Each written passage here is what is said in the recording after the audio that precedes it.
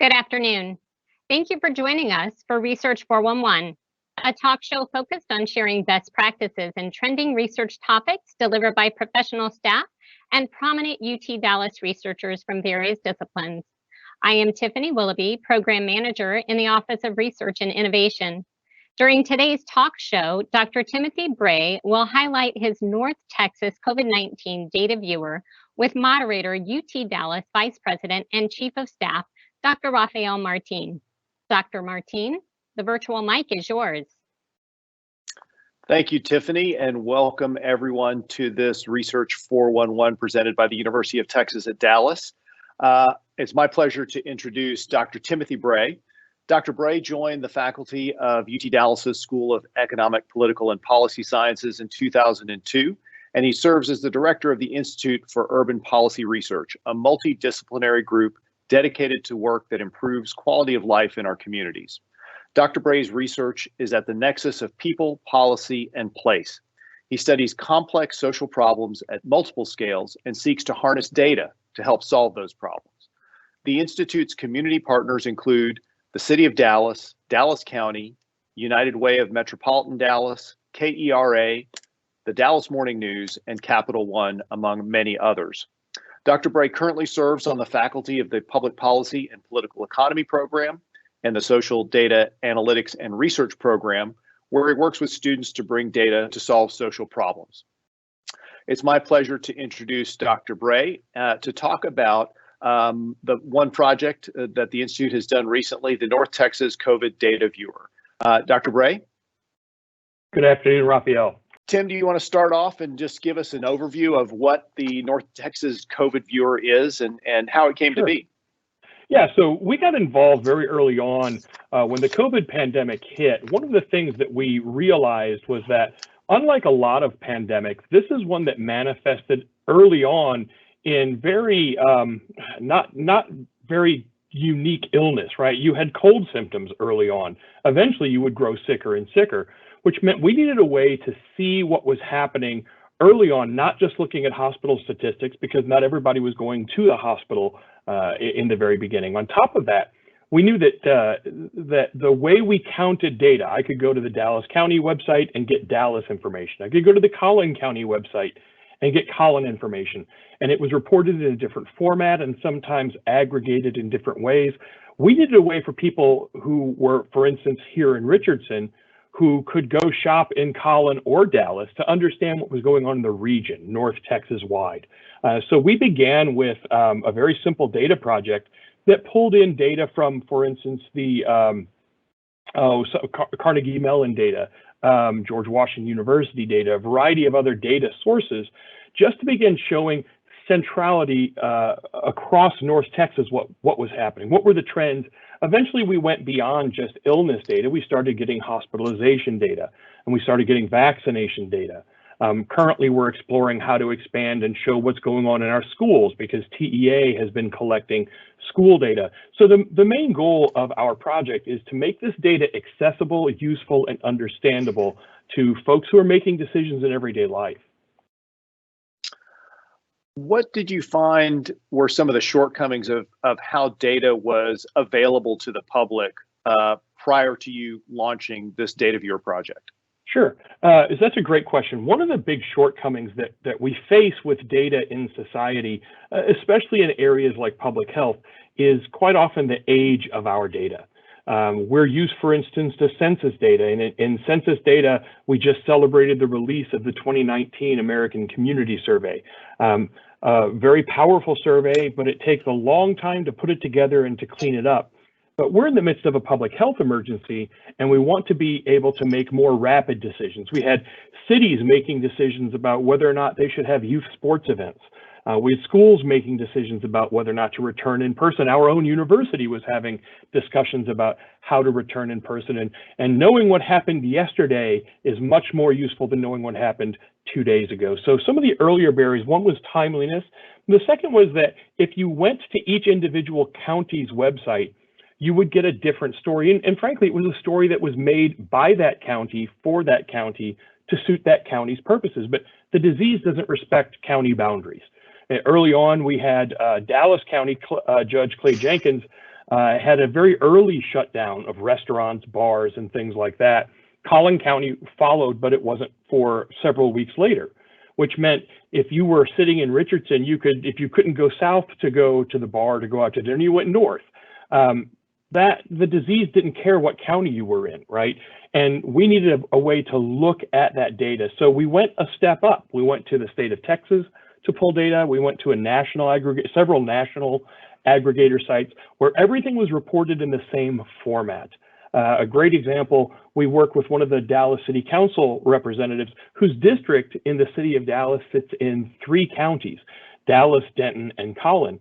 And early on, none of the 3 counties were reporting data by age in the same format. So this was a council person who wanted to have real-time data and couldn't figure out what was going on in her district by age because 3 different sources reported it 3 different ways. So our real goal was to try and to bring a unifying lens to this information to make it actionable.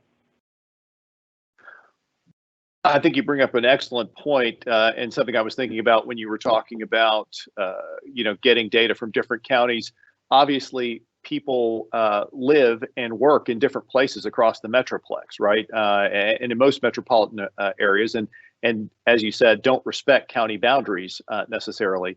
Does that complicate the aggregation of data? So if somebody who lives in Collin County but works in Dallas County, for example, gets sick with COVID, where ultimately is that case counted, and how do we make sure we're not double counting? Yeah, so this is really an early challenge that we faced. Whereas when we had the Ebola outbreak several years ago, it was a very slow moving disease, right? So we did not need a whole lot of resources to track the cases that we have. But if you recall, we were having days with 1,000, 2,000 new cases every day. The traditional methods weren't working. Parkland invested in a new system for Dallas County that automated some of that, with automated telephone calls, really a whole new set of tools. But the question you raised, Rafael, is one that definitely came up. Where does that record sit? Technically, it's supposed to sit in the county where the person resides. Now, if that person's, early on when we were shut down, it made a lot of sense to have that record sit there because no one was going to work.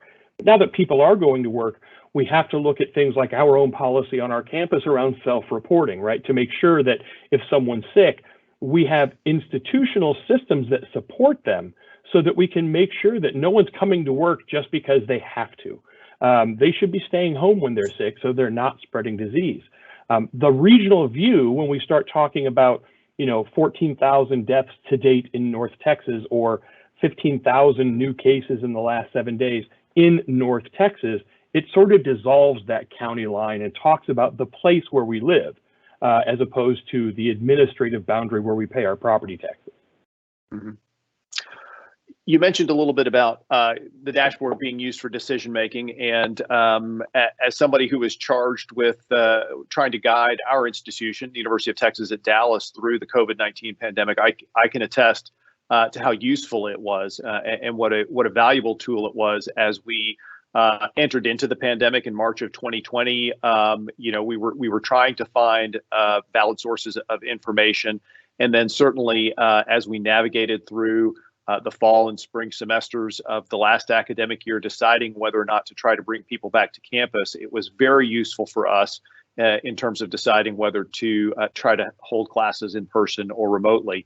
What other entities have you interacted with, that have used the dashboard, and what sort of use have they put the dashboard to use in their decision making?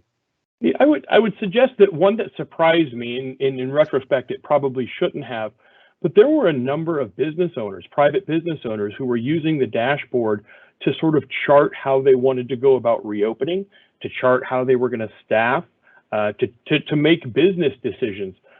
We had really built it with a policy audience in mind, but it turns out lots of people use data.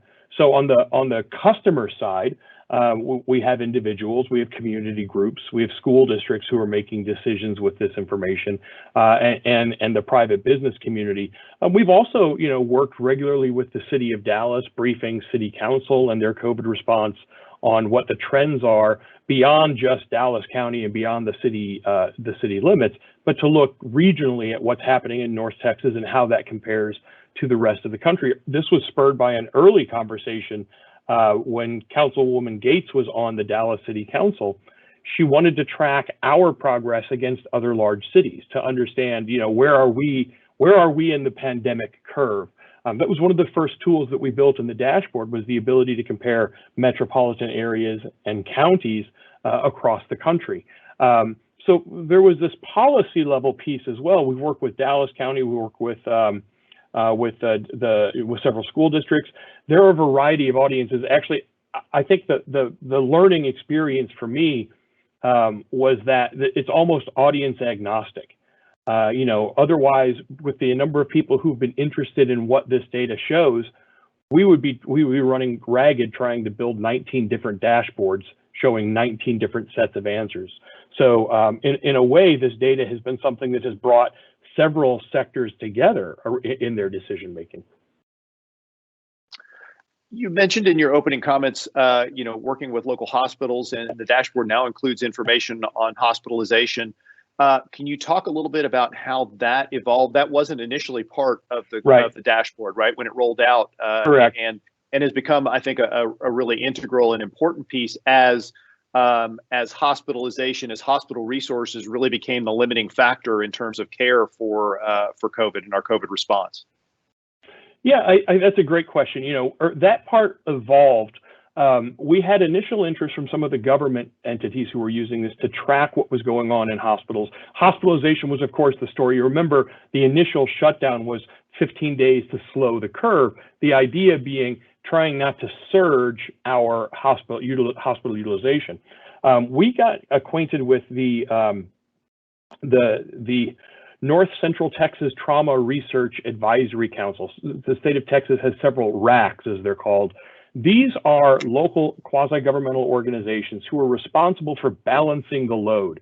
They manage what trauma facilities are available. They keep stock supplies to handle for major disasters, things like that. They were getting daily capacity reports from local hospitals on who was in the hospital, who came in through the ER, how many diagnoses were there, just a slew of data. The three big ones, of course, that everybody's tracking, people in the hospital with COVID, people in the ICU with COVID, and people who are on a ventilator. And they were the main organization that could tell us out of how many staffed beds, right? How many ventilators do we have and how many are in use? So early on, of course, their data is available down to the specific hospital. We worked closely with them to develop a data use agreement that let us share for larger counties. For instance, you can cut down to Dallas or Denton or Collin County and get a county specific number, which is not something you can do on anyone else's dashboard. But also for the outlying counties to lump them all together. Some of these counties have only a few hospitals. And of course, this is business information for these hospitals. And so we really don't want to out any specific hospital and say, hey, this hospital is running out of beds. The other thing that was an important piece of that conversation, people see that number and they think that that's brick and mortar capacity of the hospitals. But the number one capacity limiter for hospitals is available staff. That's what was eye-opening for me. It's not that we don't have beds for these patients, it's that we don't have beds staffed with appropriate doctors, nurses, and care technicians to help these patients recover. And so now we are now at a number that we looked at in December or January, low to mid 90% occupancy in ICU and in med-surg, the general public. But that number is different because we don't have the federal resources that we had before. We had lots of sort of itinerant doctors and nurses that were available to us in January. They're not available in the same way now. So our actual staffed capacity has dropped somewhat. That's some of the context that we try and bring through on the dashboard. A question from the audience, and I have a little bit of a follow-up, I guess an addendum to the question. So how did you decide what data you wanted to include in your dashboard? And my addendum is, how did you decide how best to present that data, and did that evolve over the course of the pandemic? Yeah, that's a great question. So the decision about what data to include was driven by the early users. We had cities who were wondering in the region, North Texas, are cases going up or down? Are fatalities going up or down? Are hospitalizations going up or down? And early on, if you remember, we had the chart that would show cases going up. And one of the members of the media said, well, okay, what view do we need to use to show the cases going back down? I mean, we're not there yet, right? The cases weren't going down at all. But that was a real question, right? So do we show cumulative cases? Do we show active cases? We were early to the table in reporting active cases, because the challenge with the data is we have to estimate whether or not a case is active. Nobody calls the state to tell them that they're no longer sick with COVID, right? We know who passes away from the disease, but we don't know who has recovered. And frankly, we estimate that using some of the early data that was available on the disease running anywhere from 14 to 21 days. That was a really important thing for folks to understand, was how many people are actively sick with the disease. So it's not just that today we had 2,000 new cases. Right now, we're at 36,498 active cases in North Texas, which is 19 counties. That's down 11% from last week, right? So to your question, Rafael, how do we decide how to present it? There's two drivers of that. There's the fact that we want to present, and there's the context in which that fact occurs. And both are important. So it's one thing to say we've got 15,498 new cases in the last 7 days. It's another to understand how that fits into context. For instance, we talk about new cases over 7-day periods, or deaths over a 7-day period, because for the first few days, the phrase that has come to grow in the field is the data is maturing, right? It takes sometimes 2 to 4 weeks for a death report to finally make it into the system, just because it takes that long for the coroner's inquest, for an autopsy, for the actual death certificate itself to be filed. So we stretch that window out to talk about a 7-day period. The other thing that would happen, early on, we weren't getting data on weekends. And so you would see on Saturday, we had a remarkable precipitous drop in new cases. Well, that's because they're all going to come in on Monday. So that decision to smooth over a 7-day period, how long do we show the trends in the graphs? All of those were almost a period of give and take. We had some early adopters who would help us and say, yeah, I don't understand what this statistic means, right? What should we do with it? And over time, better tools have become available for calculating things. So we used to estimate the reproduction number. We now actually have some statistical epidemiological software that gives us a very good, it's still an estimate, but it's a much better estimate than we had sort of backed into. So all of that was evolving. A question just for some in the audience who might be interested. Can you talk a little bit about the technical platform that you use to build the dashboard and the tools that you use in the construction and presentation of the data? So we use Microsoft's Power BI. And the main reason we use it is because we have it laying around because the campus subscribes to it.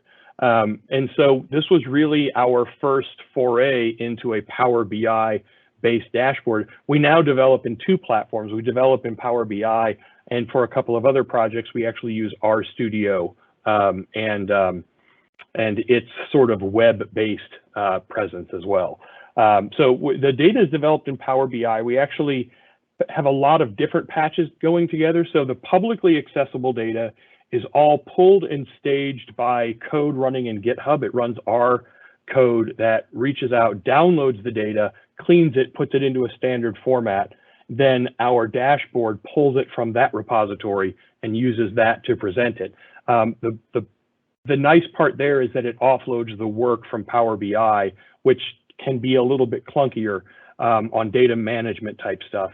It pushes that off to this R process. It doesn't need to run every time somebody loads the dashboard.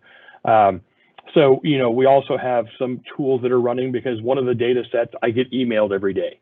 So I've got a Power Automate query that's actually reading my email, pulling that data set out, cleaning it, and making it available. So it's very much a Frankenstein product, which most of our response as a community to COVID was a Frankenstein response from the beginning. We created things out of whole cloth. We finally become, I think we've started standardizing on language. This is really, we did some work early on with the city's Chief Innovation Officer, City of Dallas Chief Innovation Officer. They were having sort of the same thoughts that we were.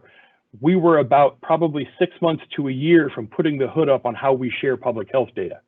This just really pushed us over the edge, and I think it really emphasized for folks how important it is for us to remove those institutional barriers that make this data sharing possible.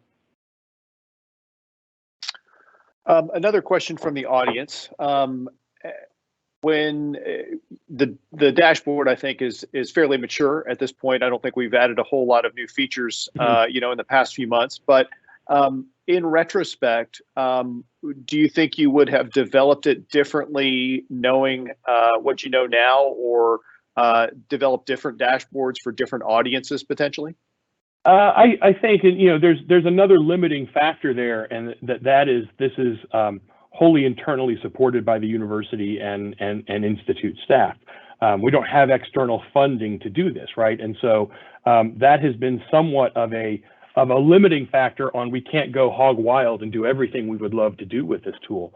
I would say, having spent more time with RStudio, there's probably a pretty good chance I would have built this. If I started today, I might have gone with RStudio, only because there are some more advanced graphics, and some of the analytics that we do in R and push it into Power BI could be done native in the tool itself. That's really the only difference. I think there are some attractive things in Power BI when it comes to managing the security of data it's a little bit more challenging to try and do in the R platform. In a sense, we have created these for different audiences, in that we helped with the UT Dallas database, we helped with the Return to Research database. A variety of different audiences had different questions. Sometimes that are sort of, I guess the way to say it is, we draw on the same pool, but we present it in a slightly different way. Office of Research has some internal standards they've adopted for how it relates to running in-person human subjects research. Those aren't germane to the general public. They don't see those lines on the graph, but internally we do. What, you've mentioned local governments and the kind of the North Texas hospital area. What other community partnerships did you have to develop in order to make the dashboard what it is today? And do you envision kind of being able to leverage those relationships in the future for other projects that the Institute may do? Well, that's a great question. I think so. We've gotten to know a lot of folks. We've worked very closely with the Dallas County Public Health Department. And as we've started to develop these sorts of tools, it's become apparent where this type of process could be helpful in, pointed it in other directions. I don't know, I'll give you a great example. All of the infrastructure that we're using to track COVID right now, for the most part, was built onto a system that was not designed to track high volume public health crises. It was a really good system for Ebola.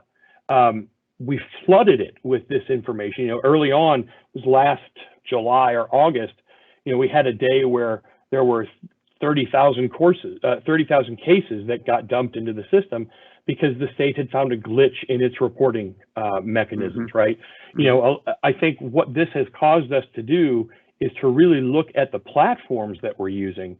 And I'm hoping that in the next budget cycle, we might see a real emphasis on retooling how we collect, share, and disseminate public health information.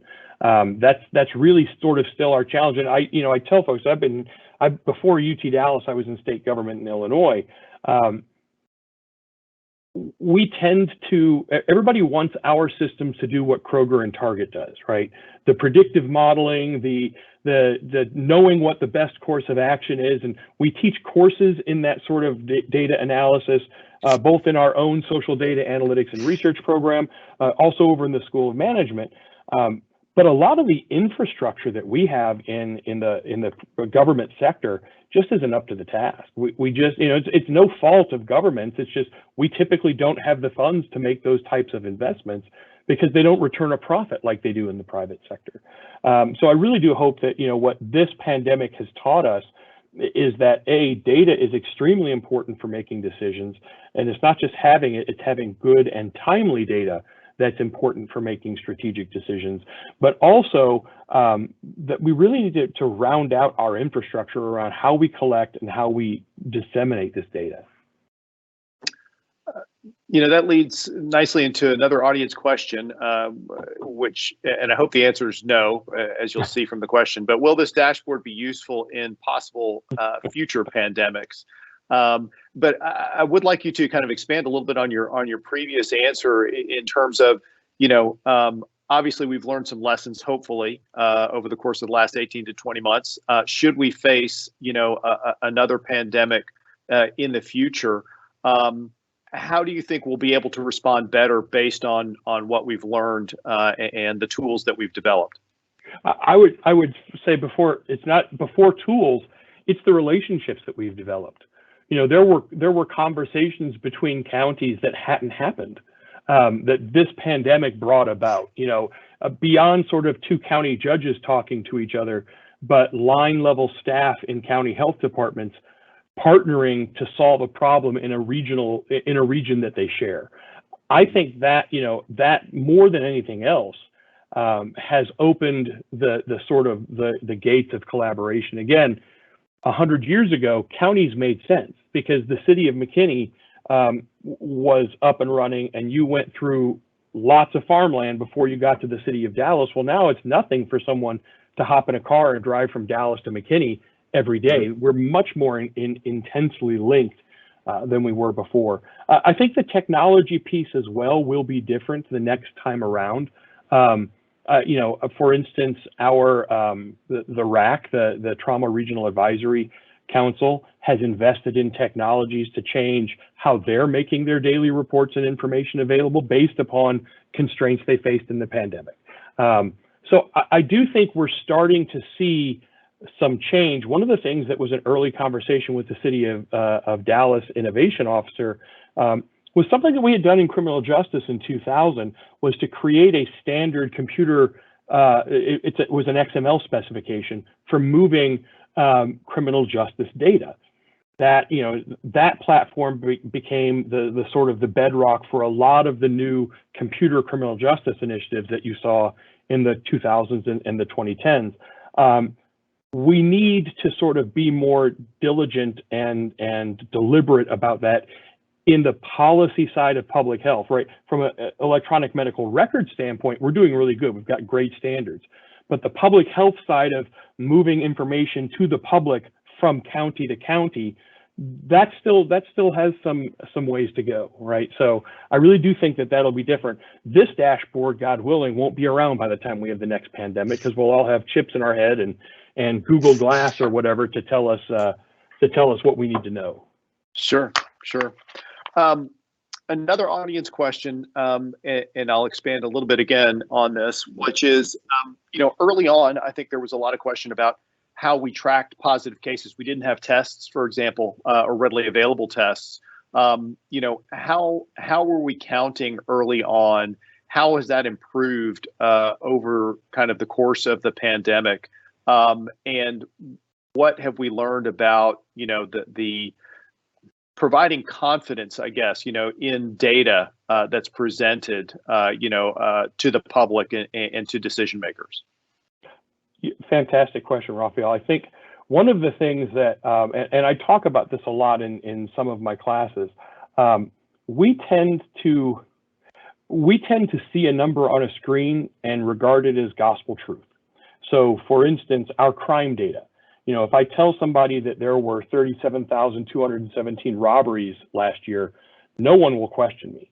But no one thinks about whether the victim decided to report, whether the officer who took the report decided to write the report, whether the police department decided to classify it as a robbery, all of the things that happen that produce that number. We see the same variability here in all health data. A great example, in public health, there are diagnostic and treatment codes. They're called now there are 10 ICD-10 codes. And within that coding structure, there are codes for instance, if you have a broken arm, was it caused by an assault? Was it caused by domestic violence, et cetera? And we were going to do a project where we studied what police department domestic violence data said on one hand, and what we could see in the hospital data. Except it turns out the hospitals hardly ever use that code, right? Because the code for a broken arm pays the same as the code for a broken arm caused by domestic violence, or the same as a broken arm caused by a motor vehicle accident. And the simple operational process of collecting this data, they put your broken arm in as the billing code, right? So, understanding the human processes that create this data, well, the same thing was going on here. There were early questions about COVID fatalities. Was it a COVID fatality if you died while you had COVID, or was it a COVID fatality if you died because you had COVID, right? General Powell is a great example. Colin Powell just passed.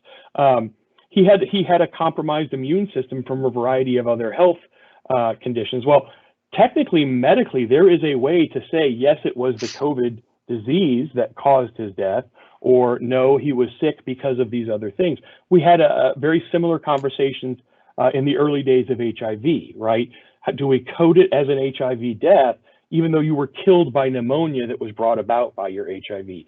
So all of that, we finally have begun to settle that down. The challenge is we don't go back and reverse engineer our numbers, right? So no one has gone back to last March and reviewed whether or not those were actual positive COVID tests. And again, as the questioner pointed out, there are different types of tests, and the tests have gotten better over time. We've gotten fewer false positives over time, but we've also started recording presumed positive cases, right? So all of these things are the human context in which this data unfolds. I think one of our real challenges, and it's difficult with limited screen space, is to help people situate this data in the context of, do we have exactly 15,498 new cases in the last 7 days? That's what we know about. Now, we do know that it's for every one COVID case that we know about, there are probably 2 to 4 COVID cases that we don't, because the symptoms were incredibly mild, especially since we've had the vaccine. Some people don't even know they're sick. So, off the bat, we know that number's at least an undercount. But if it's what a friend of mine who used to be at TI, she would say, is it directionally correct? If it's always going up when it's going up and it's always going down when it's going down, for most of us, I'm not going to change my decision because it's 15,497 and not 15,498. I'm going to change what I'm doing this week because the trend is up or the trend is down. So, that's kind of the give and take. But the reality is human processes create this data. And so this data is subject to the same fallibility as those human processes. That was a very long answer. No, that was very informative. Another audience question, and this will be close to the last one, being cognizant of time. So are there any blind spots that you think we still have, or sources of data you would like to have that you think would help us either now or in the future when we face a similar situation? Oh, that's a great question. So I think some of the blind spots, let me state it like this. We have better data when we're watching. We have better data when we're paying attention. I'll use another criminal justice corollary. In the early 2000s, we had what got labeled as a meth epidemic, that we had, this outbreak of meth. But one of the reasons we had a meth epidemic was because we were pouring federal resources into tracking and finding meth labs. So if we're finding the meth labs and reporting them, the numbers will go up. I have to imagine that long before we actually even had the word COVID in our vocabulary, it's probable that we had people with COVID in the States who went to the doctor and they had what everybody thought was a sinus infection, or what everybody thought was a really bad cold, or what everybody thought was, maybe a respiratory flu.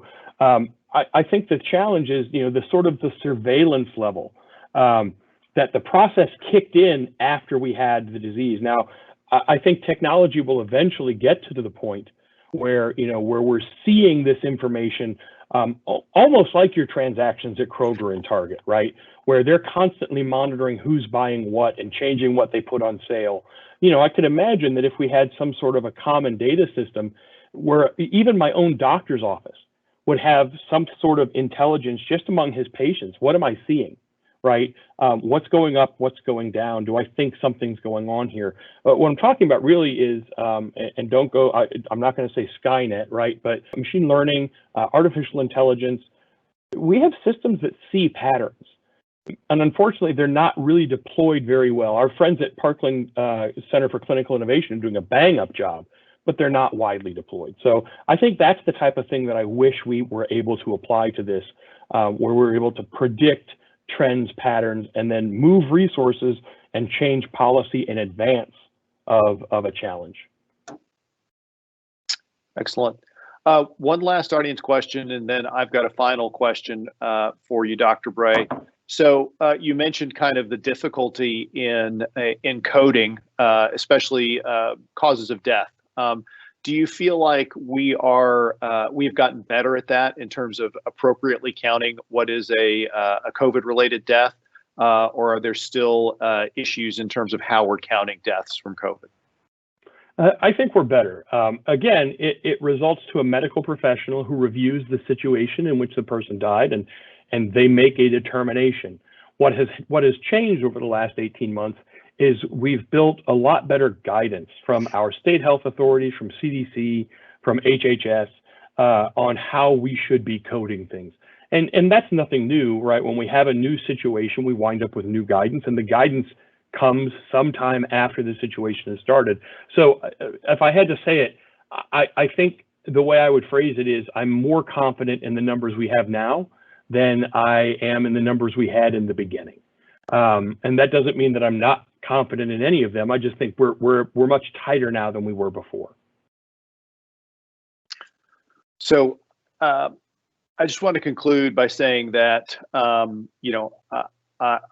don't know how we would have gotten through the pandemic without the tool that you and your team developed. It really was something that we relied on almost a daily basis to kind of track where we were and to help us make decisions related to how we were going to operate the university, week to week, semester to semester.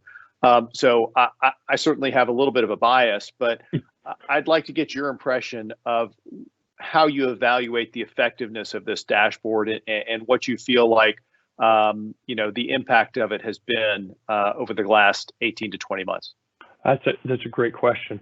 Short of looking at sort of web dynamics of who's loading the site, which of course we did, I think one of the big bellwethers that I noticed was when people started emailing us with policy questions. I mentioned the several businesses. We know they were using it because they were emailing us about, well, why does this happen, or what does this number mean? When we had community groups, Rotary clubs and things like that, school boards that wanted a presentation on what this data is and how to use it. If the goal at a very simple level is to make data available accurately, to me, the goal was always more than that, and that was to make useful data used in the community. And I think that, when I start talking to school board members who are making decisions about whether my kids are going to be in person, whether they're going to be wearing masks, all of those types of things, I think the fact that the dashboard elevated these conversations into data conversations and not opinion conversations, that's sort of a measure of success. And I think, one of the things we're looking at the Institute is how can we do some of these things with other problems that we're facing in community, problems around equity, problems around criminal justice and financial reform and things like that. What are the ways we can take this type of data and elevate conversations from conversations about opinion to conversations about data. That's really the goal. Excellent. Well, thank you so much, Tim, for all the work that you and your team have done. Thank you to our audience for joining us this afternoon for this Research 411 presentation. And with that, I will say good afternoon and turn things back over to Tiffany Wilby, who will tell you a little bit about what we have coming up. Thank you very much, Dr. Martín and Dr. Bray. We appreciate you joining us for the Office of Research and Innovation Research 411 talk show. Joining us behind the scenes today, producing the program, is Danny Lamb, Research Education and Outreach Program Coordinator. Danny, would you like to tell the audience about your new podcast with Dr. Bray? Thank you so much, Tiffany and Dr. Martín and Dr. Bray today. I'm really excited to announce that Dr. Bray and I are going to be bringing you, well, Dr. Bray is going to be bringing you, and I will just be moderating the discussion, but we're going to be bringing you weekly North Texas COVID-19 and other social statistics updates. You can find this at our Twitter or YouTube. They're on the screen for you. Our Twitter is at UTD Research, and our YouTube is the Office of Research and Innovation for UT Dallas. We'll be doing it every Monday starting October 25th, which is this Monday, so we're super excited about that. And then in the spring, we're going to turn it into kind of a bigger podcast production with more conversation. So we're really excited, and I'll turn it back over to you, Tiffany. Thank you so much. Thank you, Danny. Audience, thank you for attending our program today. To stay abreast of Office of Research and Innovation information and programming, please follow us on Twitter and subscribe to our newsletter. Feel free to use your phone to scan the QR codes on this slide or follow the links that were posted in the chat. Finally, please take a moment to fill out our research event survey. Thank you and have a nice afternoon.